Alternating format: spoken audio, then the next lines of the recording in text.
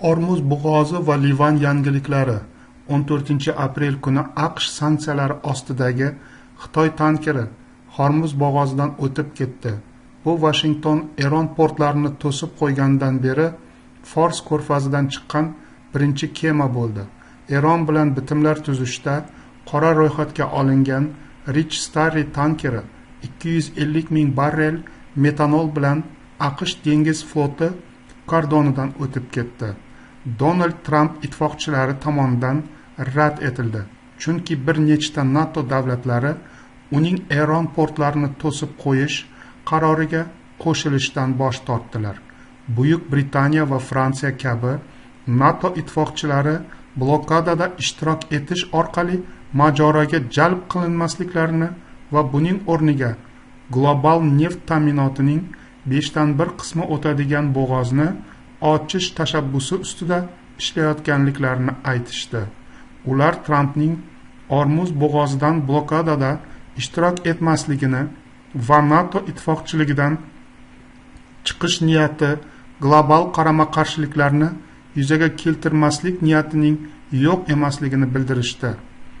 AQShning Eron portlarini to'sib qo'yish va Hormuz bo'g'ozi orqali yuk tashishni to'xtatish harakati Yaqin Sharqning o'nlab yillar davom etgan energiya muvozanatini buzdi va Saudiya Arabistonining tanqidiga sabab bo'ldi.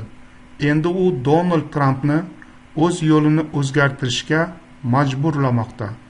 Ar-Riyod Tehronning qasos choralari Hormuzdan tashqariga chiqib, Saudiya neftining Qizil dengiz orqali o'tadigan muhim chiqish nuqtasi bo'lgan Bab al-Mandeb bo'g'imini yopib qo'yishi va global neft oqimlari va Fors ko'rfazi eksport yo'llarini xavf ostiga qo'yishi mumkinligidan xavotirda, deyiladi xabarlarda.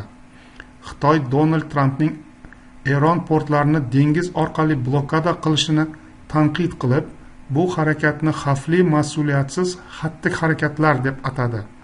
Xitoy Tashqi ishlar vazirligining bayonoti Trump Washington va Tehron o'rtasidagi tinchlik muzokaralari hafta oxiri muvaffaqiyatsizlik tugagandan so'ng Fors ko'rfazidagi Eron portlari va qirg'oq bo'yi hududlariga kiruvchi yoki chiquvchi kemalarni cho'ktirish bilan tahdid qilgan bir paytda yangradi.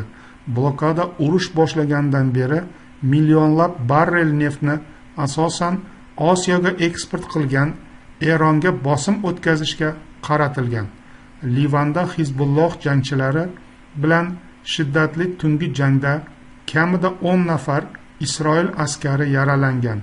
Isroil mudofaa kuchlarining ma'lumotlariga ko'ra, askarlar Livanning janubidagi Bint Jibeyl hududida Eronga qarashli Hizbulloh qurolli kuchlari bilan to'g'ridan-to'g'ri to'qnashuv paytida yaralangan. Bu hudud Livan qurolli guruhining tayanch nuqtasi deb aytiladi.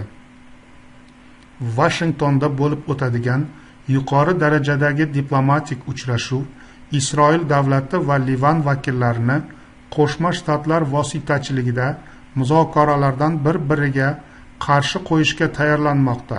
Bu muzokaralar Livanni vayron qilgan va kuchli bombardimonlarni boshlagan bir necha oylik urushga chek qo'yishga qaratilgan.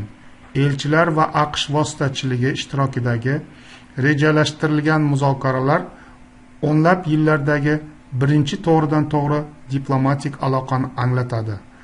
Ammo optimizm sust. Hizbulloh rahbarlari muzokaralarni befoyda deb atashdi va ularni bekor qilishni talab qilishdi. Haqiqiy ta'sir kuchi konferensiya xonalarida emas, balki jang maydonida ekanligini ta'kidlashdi.